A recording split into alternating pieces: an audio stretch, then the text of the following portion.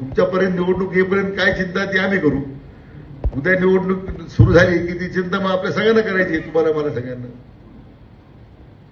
निवडणूक ही तुम्ही बसणाऱ्या सगळे जे तुम्ही जे सैनिक आहेत ह्या सगळ्या तुमच्या लोकांवर ही निवडणुकीची जबाबदारी मित्र मला आपल्याला सांगितलं पाहिजे. एक तर राधाकृष्ण विखेची जबाबदारी नाही, मोनिकाताईंची नाही, सुभाष पाटलांची नाही, आम्ही बसणाऱ्या स्टेजवर नेत्यांची नाही आहे. आपण बसणाऱ्या सभागृहामध्ये सगळ्या प्रमुख कार्यकर्त्यांची जबाबदारी आणि ही आपल्याला जबाबदारी पार पाडताना अतिशय या सगळ्या होणाऱ्या उद्याच्या अपप्रचार काय होतील ते त्यानंतर त्या काळाजोगात आम्ही सांगू आपल्याला.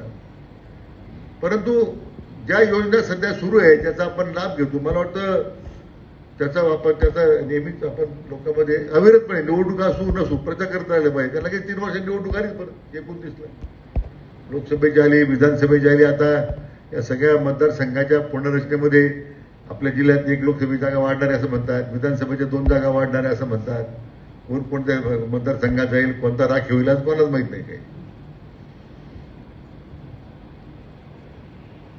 आता जिल्हा परिषदेच्या निवडणुका आपल्या सगळ्यांना मोठी अपेक्षा होती त्या पुढे गेल्या.